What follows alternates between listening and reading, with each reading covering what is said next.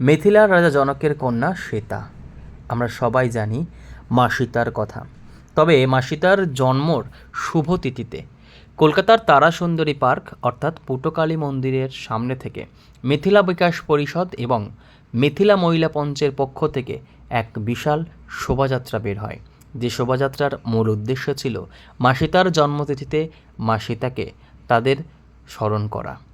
এদিনের অনুষ্ঠানে বহু মানুষ এবং বহু মহিলারা অনুষ্ঠানটিকে সাফল্যমণ্ডিত করেন। কলকাতার কালীকৃষ্ণ ঠাকুর স্ট্রিট অর্থাৎ পটুকালী মন্দিরের সামনে থেকে অর্থাৎ তারাসুন্দরী পার্ক থেকে এই মিছিল বের হয়।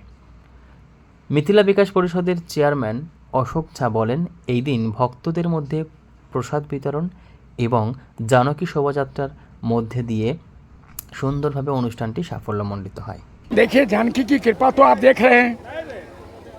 एयरपोर्ट बंद, ट्रेन बंद, लोग घर से नहीं निकल रहे हैं और उस बीच में हम इतनी सारी महिलाएं, आज पुरुषों को सीख लेना चाहिए कि उनसे कहीं ज़्यादा महिलाओं की भूमिका है।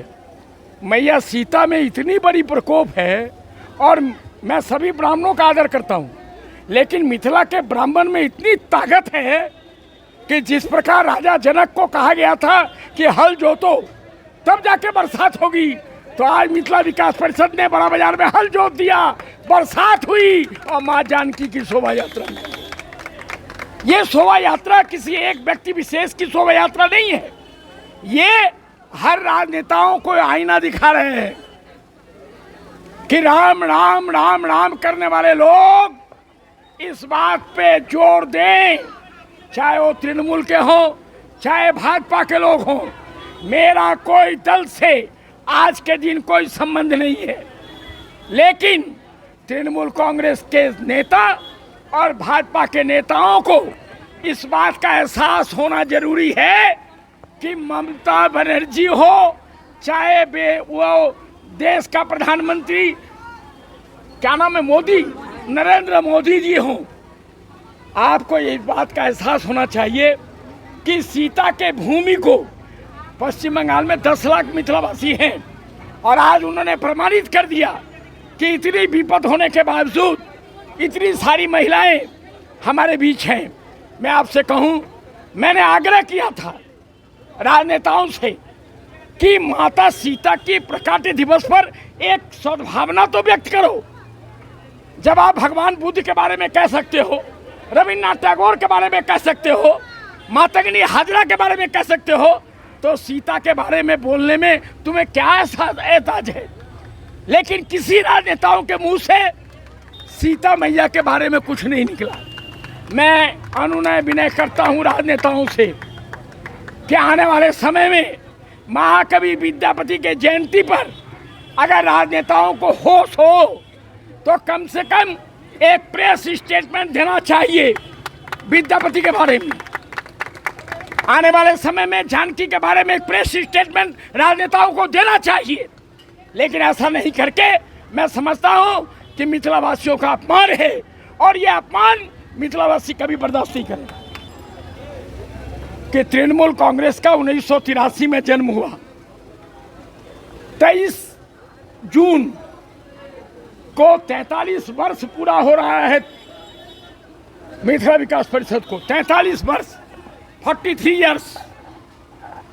इसमें न तो किसी बीजेपी का हाथ है, न तो किसी तृणमूल का हाथ है, न तो किसी राजनेताओं का हाथ है।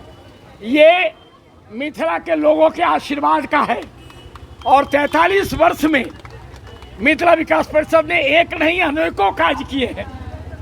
आगामी 23 जून को मैं सबको कहना चाहता हूँ, 23 जून को मिथिला विकास परिषद अपना 43वां वर्षगांठ रविंद्र भारती विश्वविद्यालय में आयोजित करने जा रहा है।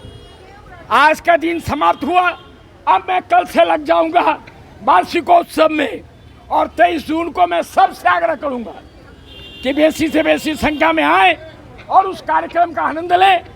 और मिथिला विकास परिषद के 44वें वर्षगांठ पे मेरा अब एक ही लक्ष्य है कि जब 43 वर्ष पूरा हो जाएगा तो बड़ा बाजार में मैं एक मिथिला भवन बनाऊंगा और ये मिथिला भवन महफिलों का होगा और यही कार्यक्रम जून से लेकर नवंबर के बीच हमारी दूरदृष्टि, हमारी कल्पना शक्ति और हमारी अनुनय विनय आम लोगों से होगी कि मिथिला विकास परिषद का एक अपना भवन हो जहाँ पे लोग आए और अपनी दुख के समय में दुख व्यक्त करें और शादी ब्याह के मामले में वो उस हॉल में आए जैसे कह सके कि ये मेरी भवन है, ये मेरी भवन है। यही मेरी परिकल्पना है। हम लोग मिथिला से हैं और हम लोग डिसिप्लिन को बहुत अच्छी तरह से समझते हैं। शिष्टाचार हम लोगों में कूट कूट के भरा हुआ है कहीं ना कहीं। और रही बात जो ये धरती पुत्री, माँ जानकी को धरती पुत्री कहा गया है, और आप देखे थे जो मौसम कैसा था, सुबह से विकराल रूप पकड़े हुए थे। लेकिन जब मैं यहाँ पे आके स्टेज पर माइक पकड़ा, उसके बाद मैं हनुमान जी का निवेदन किया, हनुमान जी से प्रार्थना किए जो कृपया थोड़ी देर के लिए ये बारिश बंद कर दिया जाए। और देखिए उसी प्रकार कितना मतलब एक बूंद भी उसके बाद इस पृथ्वी पे नहीं गिरा है। तो इसमें हम लोग, हाँ ये बात सही है, जो आपदा, प्राकृतिक आपदा को कोई रोक नहीं सकता है, जिसके कारण इंडियन एयरलाइंस बंद कर दिया गया था, रेलवे बंद कर दी गई थी, तरह बहुत बस सारे बंद कर दिए गए थे, यातायात के साधन सब कम कर दिए गए थे। लेकिन तदुपरांत हम लोगों की ये कर्म सूची पहले से ली गई हुई थी कि माँ जानकी जी का प्रकट दिवस के ऊपर हम लोग पूजन भी किए हैं, प्रसाद वितरण भी किए हैं यही तारा सुंदरी पार्क में बैठकर।